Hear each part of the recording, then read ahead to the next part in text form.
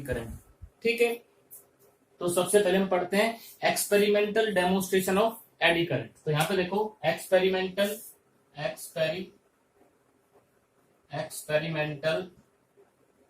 Demonstration of eddy current. ठीक है, यानी कि एक्सपेरिमेंटली कैसे हम एडी करंट को डेमोन्स्ट्रेट कर सकते हैं। तो यहां पे देखो हम क्या देखते हैं कि फर्स्ट क्या है, when a metallic disc placed at the top of an electromagnet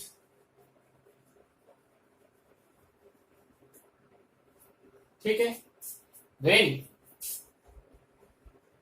electromagnet is switched on then the disk jumps into the air. देखो कैसे बेटा, मान लो ये हमारे पास एक इलेक्ट्रोमैग्नेट, ये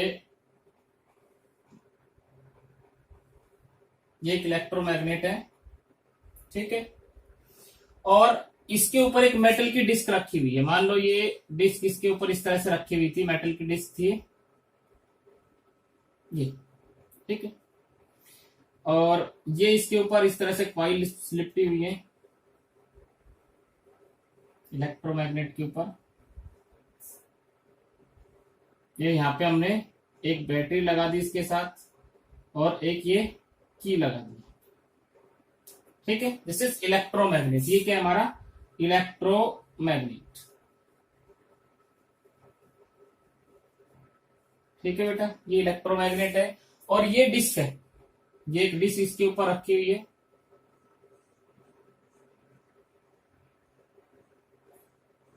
ठीक है। अब जैसे ही हम क्या करते हैं, ऑन करते हैं इलेक्ट्रोमैग्नेट, तो ये जो डिस्क है ये एयर में जंप करती है, ऊपर उछलती है, इस तरह से हवा में उछल जाती है। एक्चुअली ये इस तरह से इसके ऊपर रखी हुई थी, इस तरह से ये इसके ऊपर रखी हुई थी, इस तरह से इसके ऊपर रखी हुई थी, और जैसे हमने क्या किया, इसको ऑन किया, ये एयर में जंप करती है एंड फॉल डाउन, नीचे गिर जाती है। तो क्यों ये एयर में जंप करती है, वो उसका रीजन क्या है वो हम स्टडी करेंगे, ठीक है। तो देखो यहां पे जैसे ही हम इसको ऑन करते हैं, की को ऑन करते हैं, ठीक है, तो यहां एक मैग्नेटिक फील्ड सेटअप हो जाता है, किसके अंदर करंट कहां पहुंचेगा, जीरो से मैक्सिमम पहुंचेगा, जीरो से मैक्सिमम पहुंचेगा, तो इसके अंदर से क्या मैग्नेटिक फ्लक्स क्या होगा, चेंज, इस तरह से, इस तरह से, ठीक है। ये मैग्नेटिक फ्लक्स इसके अंदर से इंक्रीज होगा, और मैग्नेटिक फ्लक्स इंक्रीज होगा तो हमें पता है इसके अंदर से क्या होगा, मैग्नेटिक फ्लक्स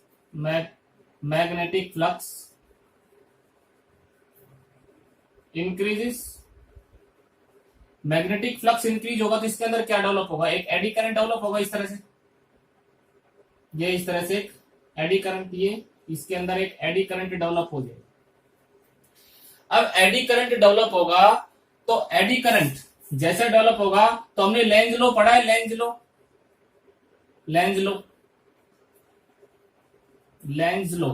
क्या कहता है बेटा, लेंज लो ये कहता है कि जिसके कारण करंट इंड्यूस्ड होगा, करंट के इंड्यूस्ड होने का जो कारण होगा, इंड्यूस्ड करंट उसी को अपोज करेगा। The induced current produced in such a way it oppose the cause which is responsible for its production। जिसके कारण इसके अंदर एडी करंट डेवलप होगा, वो एडी करंट डेवलप होके खुद के डेवलप होने के रीजन को ही क्या करेगा, अपोज करेगा। तो ये कैसे अपोज करेगा, तो यहां पे देखो, मान लो ये जो फेस है ये नॉर्थ पोलरिटी गेन कर, साउथ पोलरिटी गेन करता है। कैसी पोलरिटी गेन करता है? करंट कैसे? Anti clockwise north polarity gain करता है। तो इंड्यूस्ड करंट के कारण जो डिस्क का लोअर पोर्शन है वो कैसी पोलरिटी गेन करेगा? नॉर्थ पोलरिटी गेन करेगा अकॉर्डिंग टू लेंज लॉ। और नॉर्थ पोल को क्या करेगा? अपोज करेगा, रिपेल करेगा। नॉर्थ पोल को क्या करेगा? रिपेल। और रिपल्सन जैसे होगा, हमें पता है रिपल्सन से एक फोर्स लगेगा और उस फोर्स के कारण जो डिस्क है वो हवा में उछलेगी और नीचे गिर जाएगी। ठीक है, तो यहां पे हम मान लेते हैं when key is switched on then magnetic flux through the disc क्या होगा? इंक्रीजेस। क्या होगा? डिस्क के अंदर से मैग्नेटिक फ्लक्स क्या होगा? इंक्रीज होगा। So eddy current is developed in the disc. Disc के अंदर क्या डेवलप हो जाएगा? एडी करंट डेवलप हो जाएगा। So according to Lenz law,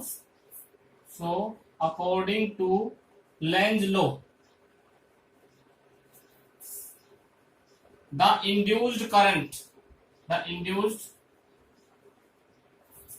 induced eddy current produced in such a way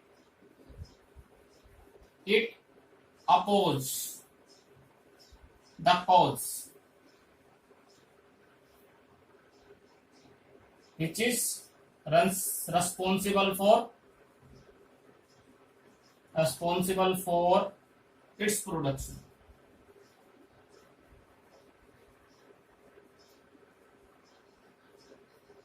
So if the top of electromagnet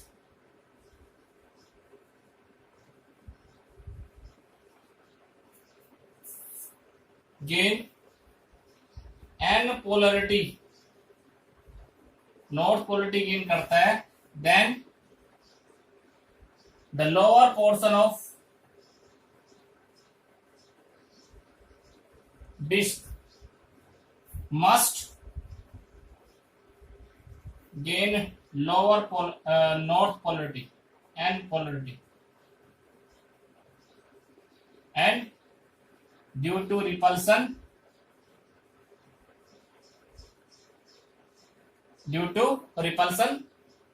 disk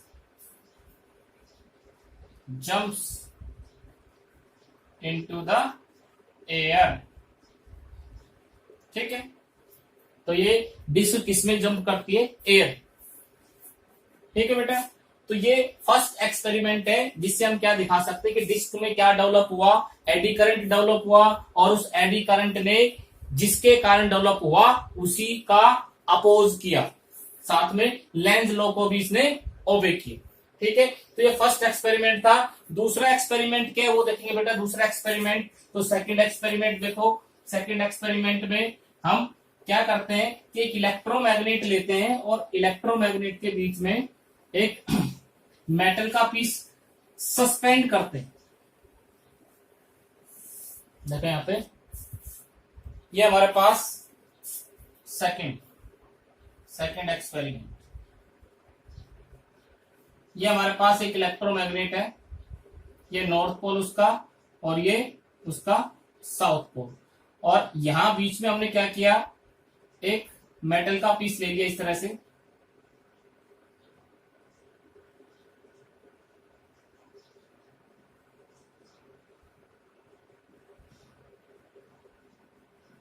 ठीक है,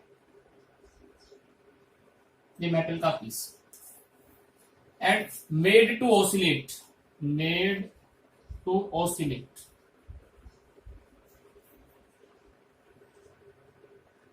इस इलेक्ट्रोमैग्नेट को हमने स्विच ऑफ रखा हुआ है। Electromagnet is switched off. अब ये स्विच्ड ऑफ है तो यहाँ बी की वैल्यू कितनी है, 0 है। तो यहां से हमने इसको हिलाया तो ये एक बार इधर जाएगा, फिर एक बार इधर आएगा, और इस तरह से क्या करता है, ऑसिलेट करता है। ऑसिलेशन पढ़ा होगा ना बेटा 11th क्लास में। ऑसिलेशन इस तरह से, एक बार इसको हम छोड़ देंगे तो एक बार इधर जाएगा, फिर इधर आएगा, इधर आएगा, और ये कुछ टाइम के लिए ऑसिलेट करता है। मान लो ये टाइम है t is equal to 10 second के लिए ऑसिलेट करता है, ऐसे ऑसिलेट करता है और धीरे धीरे रेस्ट में आ जाता है। ठीक है। दूसरा हमने क्या किया, when electromagnet is switched on. जब इस इलेक्ट्रोमैग्नेट को स्विच ऑन कर दिया तो इसके बीच में एक मैग्नेटिक फील्ड डेवलप हो जाएगा। इस तरह से ये मैग्नेटिक फील्ड डेवलप हो जाएगा, और ये मैग्नेटिक फील्ड डेवलप होगा तो हमें बेटा पता है कि जब ये इस नॉर्थ पोल की तरफ जाएगा,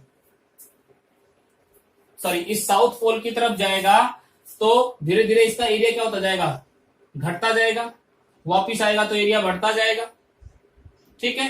तो इसके अंदर से क्या चेंज होगा, मैग्नेटिक फ्लक्स जब चेंज होगा तो इसके अंदर एक एडी करंट डेवलप हो जाएगा, और वो एडी करंट क्या करेगा कि अगर ये नॉर्थ पोल की तरफ जा रहा है, सॉरी साउथ पोल की तरफ जा रहा है, तो ये इसका अपोज करेगा।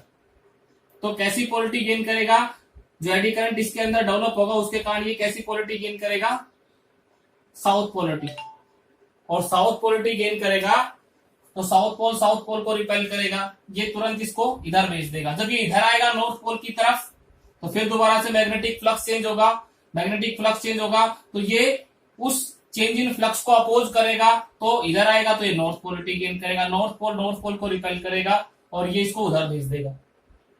तो साउथ पोल की तरफ जा रहा है तो साउथ पोल रिपेल कर रहा है, नॉर्थ पोल की तरफ जा रहा है तो नॉर्थ पोल रिपेल कर रहा है, और ये तुरंत किस में आ जाता है, रेस्ट में आ जाता है। तो हम क्या देखते हैं कि ये जो है अब इसके ऑसिलेशन का टाइम पीरियड कितना रह गया, t इज इक्वल टू तुरंत 1 सेकेंड के अंदर किस में आ जाता है, रेस्ट में आ जाता है। ठीक है। ऐसे करके छोड़ा, ऐसे आएगा, ऐसे रुक जाएगा तुरंत, और उसमें इस तरह से कुछ टाइम के लिए ऑसिलेट करता है। पहले केस में, फॉर्मर केस में ये 10 सेकंड के लिए ऐसे ऑसिलेट करता है, लेकिन जैसे ही क्या करते हैं हम इलेक्ट्रोमैग्नेट को ऑन करते हैं, इलेक्ट्रोमैग्नेट को ऑन करने से मेटल पीस के अंदर से मैग्नेटिक फ्लक्स चेंज होगा। जब वो क्या करेगा, ऑसिलेट करेगा इस मैग्नेटिक फील्ड में, और तुरंत किस में आ जाएगा, रेस्ट में आ जाएगा। और क्यों रेस्ट में आ जाएगा, क्योंकि जब ये इसके अंदर से ऑसिलेट करेगा, साउथ पोल की तरफ जाएगा तो मैग्नेटिक फ्लक्स क्या होगा, चेंज। मैग्नेटिक फ्लक्स चेंज होगा तो मैग्नेटिक फ्लक्स के चेंज का क्या करेगा, अपोज करेगा। कैसे अपोज करेगा, क्योंकि साउथ पोल की तरफ जा रहा है तो साउथ पोल के कारण ये एडी करंट के कारण कैसी पोलरिटी गेन करेगा, साउथ पोलरिटी, और ये इसको रिपेल करेगा। इधर आएगा तो नॉर्थ पोलरिटी गेन करेगा, इसको रिपेल करेगा। ठीक है। अब तीसरा केस क्या है, थर्ड केस में इसके अंदर नंबर ऑफ स्लॉट्स कट कर दे इस तरह से हमने, ये नॉर्थ पोल, ये साउथ पोल, और ये इस तरह का हमारे पास ये पीस था।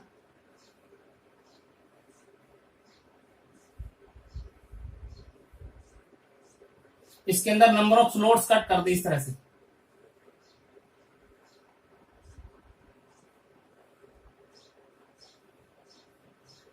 इस तरह से ये इस तरह के स्लॉट्स इसके अंदर कट कर दिए, और इसको made to oscillate in magnetic field. ये मैग्नेटिक फील्ड को ऑन रखा हमने, और इसके अंदर से इसको ऑसिलेट करवाया इस तरह से।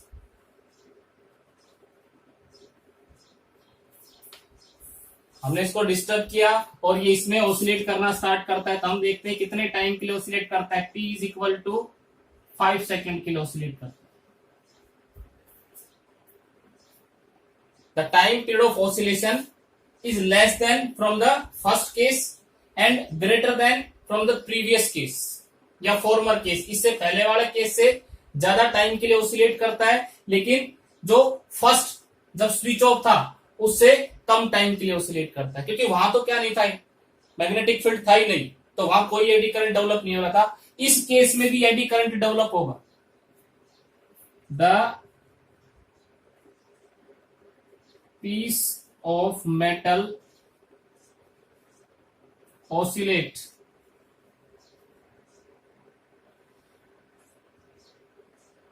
मोर देन फॉर्मर केस। ये जो पहला केस था उससे ज्यादा टाइम के लिए क्या करता है, ऑसिलेट करता है। क्यों? अब यहां पे देखो क्यों, because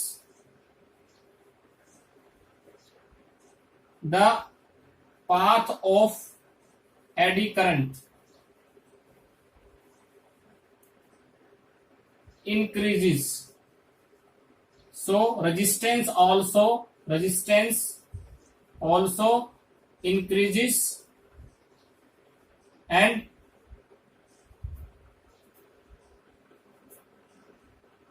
eddy current reduces। Eddy current क्या हो जाता है? अब इसके अंदर जो एडी करंट है वो कैसा पाथ बनाएगा, इस तरह से ऐसे चल करके, इस तरह से ऐसे चल करके, फिर इस तरह से जाएगा। एडी करंट होगा वो इस तरह से चल करके, इतना पाथ बढ़ गया, ये इतना पाथ बढ़ गया तो रेजिस्टेंस क्या हो जाएगी, इंक्रीज।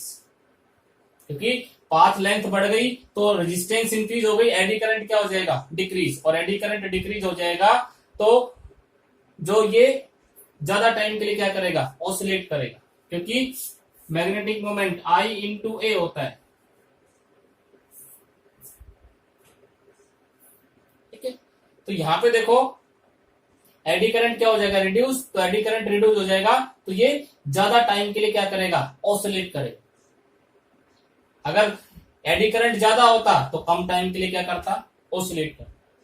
ठीक है, तो ये तीन केस है। फर्स्ट जब विदाउट हमने किसके, मैग्नेटिक फील्ड के इसको ऑसिलेट करवाया, फिर हमने मैग्नेटिक फील्ड को ऑन करके ऑसिलेट करवाया, और तीसरा इसके अंदर से स्लोट्स कट करके ऑसिलेट करवाया। तो तीनों केसेस में जो टाइम ऑफ ऑसिलेशन है, टाइम पीरियड ऑफ ऑसिलेशन है, वो डिफरेंट मिलेगा। क्या मिलेगा, डिफरेंट मिलेगा। तो ये एक्सपेरिमेंट थे जो एडी करंट को डेमोन्स्ट्रेट करते हैं। अब एडी करंट की क्या क्या एप्लीकेशंस हैं उसके बारे में बेटा हम क्या करेंगे, स्टडी करेंगे। एप्लीकेशंस देखो बेटा, एप्लीकेशंस क्या क्या है, कहां कहां पे एडी करंट को हम यूज कर सकते हैं। Application of eddy currents,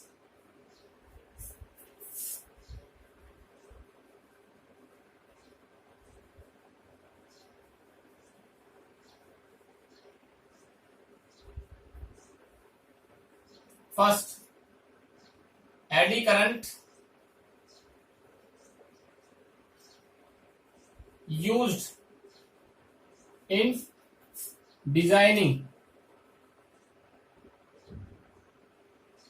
dead bit galvanometers। कहा यूज करते हैं, डेड बिट गैल्वेनोमीटर्स को डिजाइन करने में। कैसे, तो देखो डेड बिट गैल्वेनोमीटर जो हमने पढ़ा था उसमें गैल्वेनोमीटर में ये हमारे पास दो मैग्नेटिक पोल्स होते हैं, नॉर्थ पोल साउथ पोल, और ये हमारे पास एक कॉइल होती है इस तरह से, और इसके साथ एक नीडल लगी होती है। यहां पे हमारे पास क्या होता है, स्केल होता है इस तरह से। तो जैसे इसके अंदर से करंट फ्लो करता है तो इसके ऊपर एक फोर्स लगती है, और फोर्स लगती है तो ये नीडल इस तरह से क्या करती है, घूम जाती है कहीं पे। लेकिन इसके पास क्या होता है, इनर्शिया होता है, इनर्शिया मोमेंट ऑफ इनर्शिया होता है। तो ये यहां आकर के ऐसे रुकती नहीं है, ये क्या करती है, ऑसिलेट करती है इस तरह से, ऐसे हिलती है। तो हमें ये पता नहीं लगता कि रीडिंग एग्जैक्ट रीडिंग कितनी है, 5 है या 5.5 है या 4 है, कितनी है। ये कुछ टाइम के लिए क्या करती है, ऑसिलेट करती है। तो उस ऑसिलेशन को एलिमिनेट करने के लिए हम क्या करते हैं कि इस कॉइल को एक सॉफ्ट आयरन के पीस के ऊपर क्या करते हैं, सॉफ्ट आयरन पीस के ऊपर बाउंडेड करते हैं। क्यों बाउंडेड करते हैं, क्योंकि जैसे ही क्या होगी, ये ऐसे क्या करेगी, ऑसिलेट करेगी, तो इसके अंदर तुरंत एक एडी करंट डेवलप हो जाएगा, और एडी करंट डेवलप होने से तुरंत किस में आ जाएगी, रेस्ट में आ जाएगी। तो ये जैसे ही इस तरह से एक बार इधर जाती है और इधर आने की कोशिश करती है, तो एडी करंट के कारण ये तुरंत रेस्ट में आ जाती है और हमें एग्जैक्ट रीडिंग पता लग जाती है। अगर ये सॉफ्ट आयरन का पीस हटा दे, सिर्फ फाइल लें, तो इस तरह से कुछ टाइम के लिए क्या करेगी, ऑसिलेट करेगी, कभी 4 पे जाएगी, कभी 5 पे जाएगी, कभी 4 पे जाएगी, कभी 5 पे जाएगी, कभी 4 एम्पियर, कभी 5 एम्पियर, कभी 4 मिली एम्पियर या 5 मिली एम्पियर, इस तरह से दिखाई। ठीक है, तो इसको डेड बिट बनाने के लिए गैल्वेनोमीटर को हम इसको किसके ऊपर बाउंडेड करते हैं, एक सॉफ्ट आयरन की कोर के ऊपर बाउंडेड करते हैं। दूसरा, इंडक्शन फर्नेस।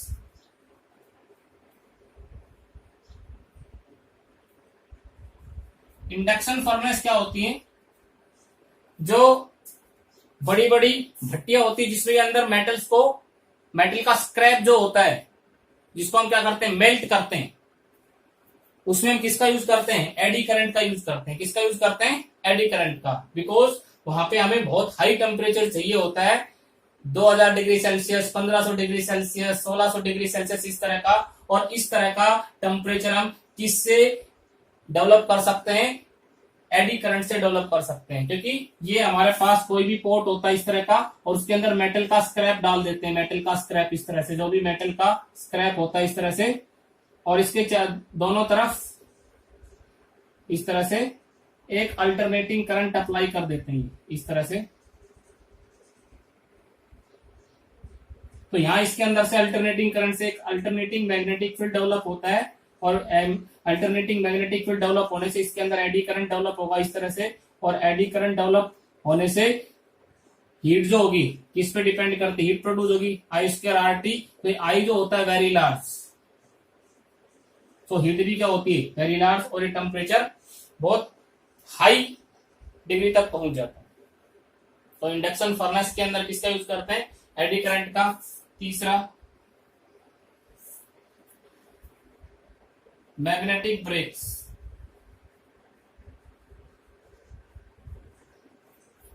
जो ट्रेन्स होती हैं, इलेक्ट्रिक ट्रेन्स होती हैं, उनके अंदर ब्रेक कैसे लगते हैं, तो ब्रेक लगते हैं एडी करंट से।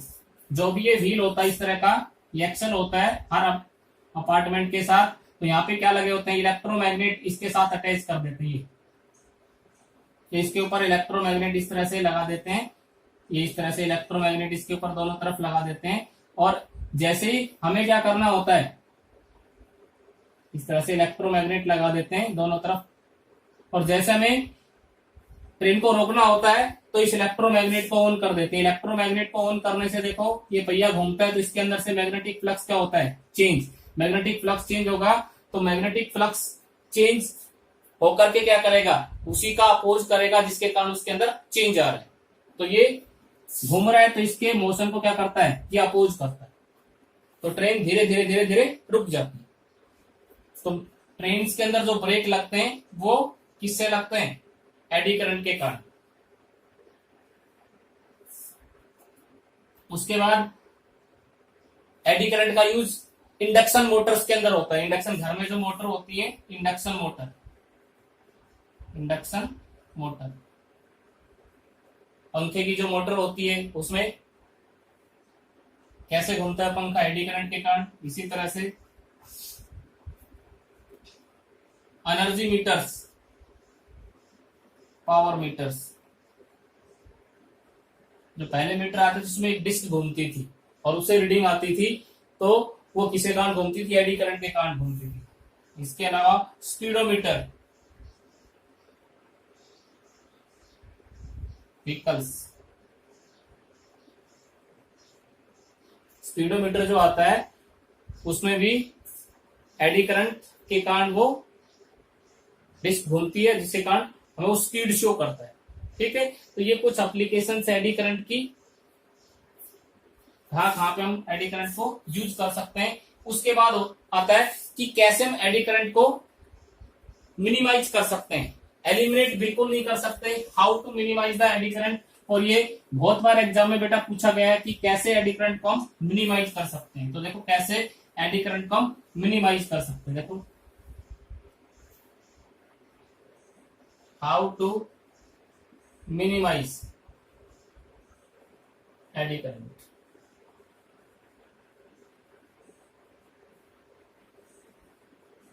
तो एडी करंट को हम कंप्लीटली एलिमिनेट नहीं कर सकते। Eddy current can not be eliminate completely,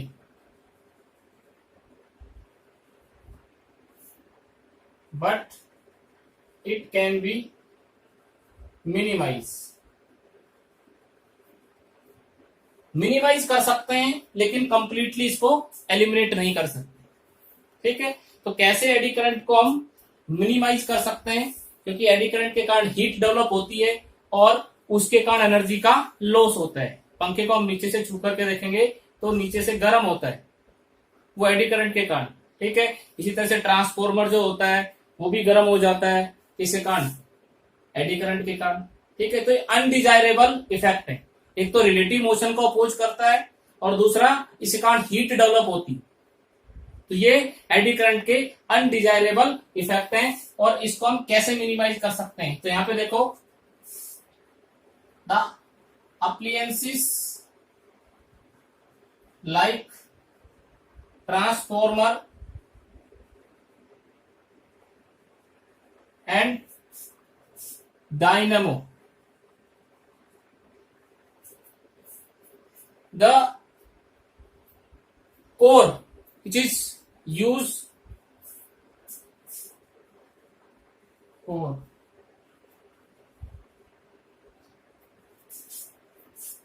is used made up of large number of strips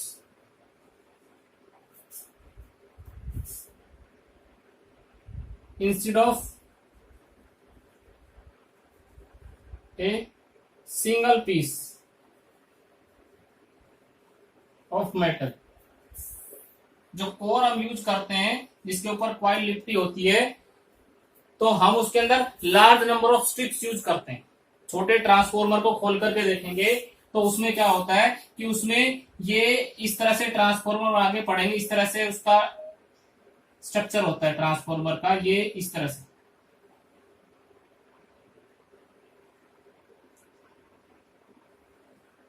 ये इस तरह की कोर होती है। ठीक है, इसके ऊपर कॉइल लिपटी होती है इस तरह से, ये कॉइल और ये दूसरी कॉइल इस तरह से। तो ये कॉइल जो कोर हम यूज करते हैं उसमें हम क्या करते हैं कि एक सिंगल पीस लेने के बजाय इस तरह की स्ट्रिप्स लेते हैं। ये ई शेप की, देखा होगा तुमने, इस तरह की स्ट्रिप्स लेते हैं। ठीक है, एक स्ट्रिप ली, एक दूसरी स्ट्रिप इसके ऊपर ऐसे रख देते हैं, एक स्ट्रिप